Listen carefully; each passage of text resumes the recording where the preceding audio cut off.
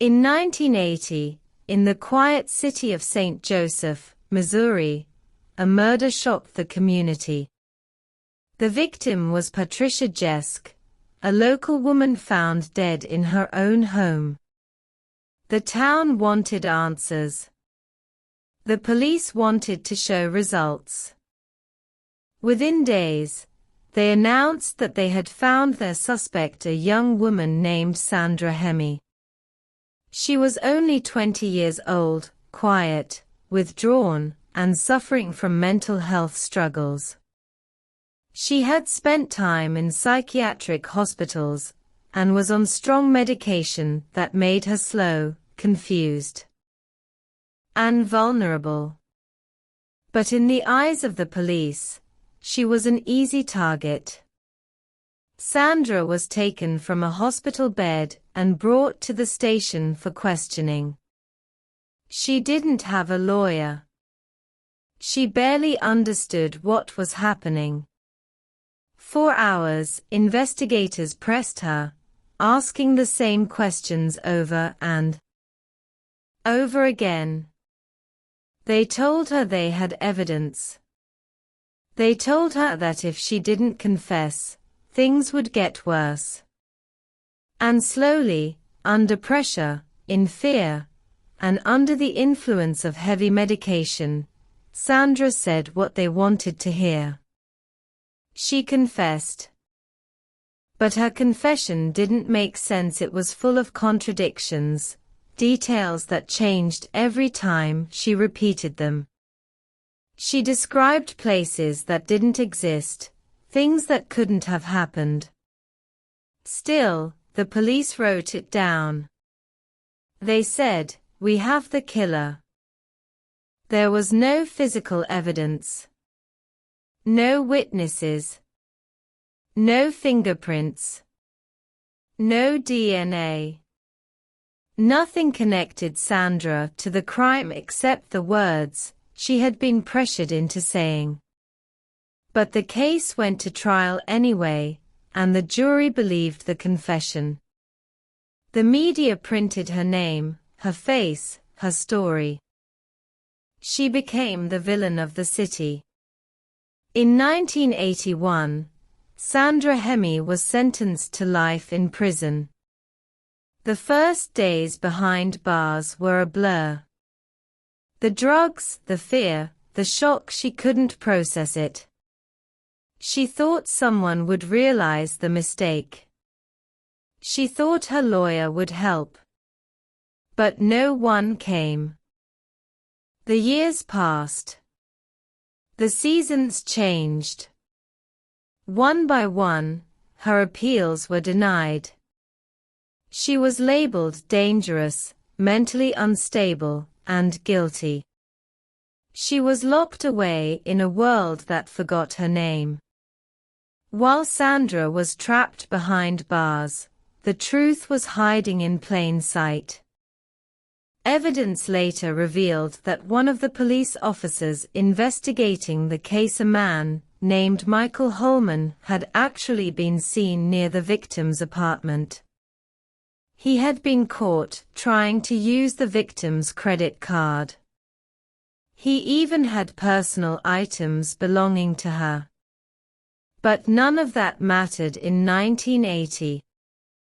The idea that a police officer could be guilty was unthinkable. The evidence against Holman was buried, ignored, and forgotten.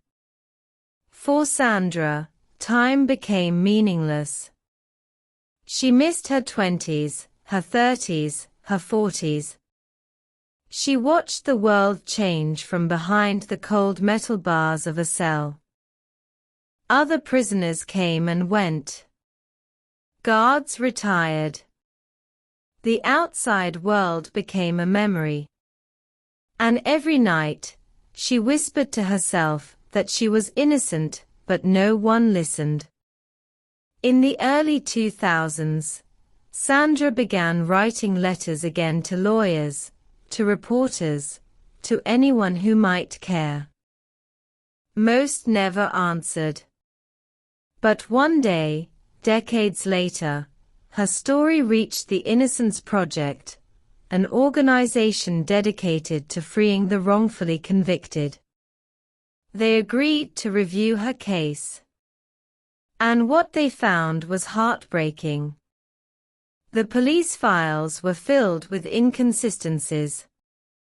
The supposed confession was recorded at a time when Sandra was heavily sedated.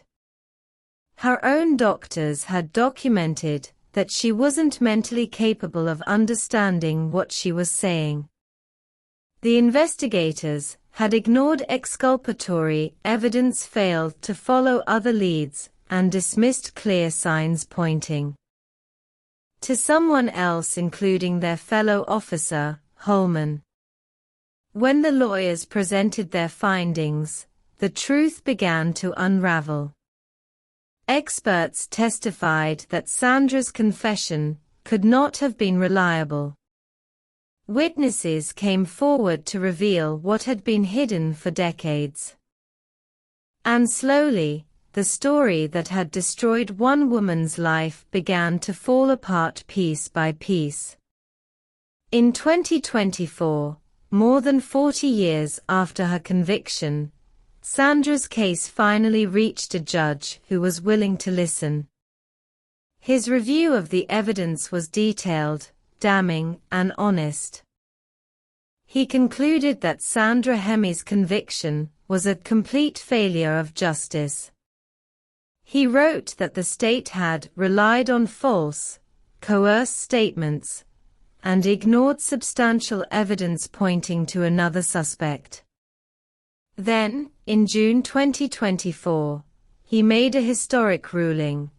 Sandra Hemme was actually innocent. After spending 43 years in prison, she was finally free. On July 19, 2024, Sandra walked out of the correctional facility into the bright summer sun, a free woman for the first time since 1980. She didn't cry.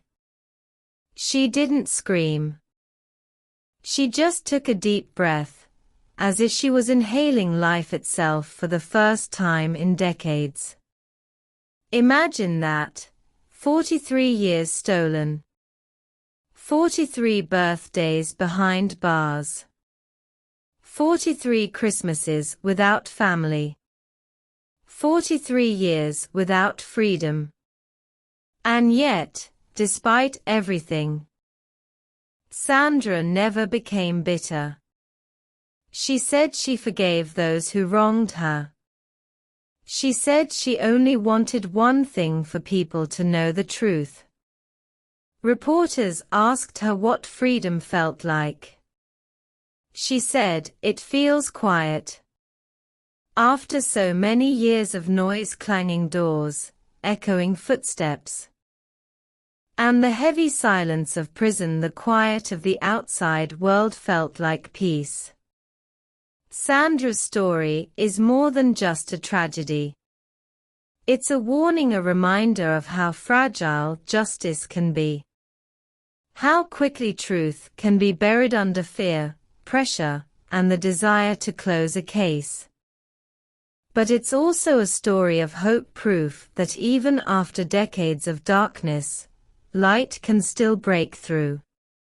Because justice, no matter how late it comes, is still justice. And for Sandra Hemme, who spent her youth, her strength, and almost her entire life behind bars for a crime she didn't commit, the world finally listened. After 43 years, her name was cleared.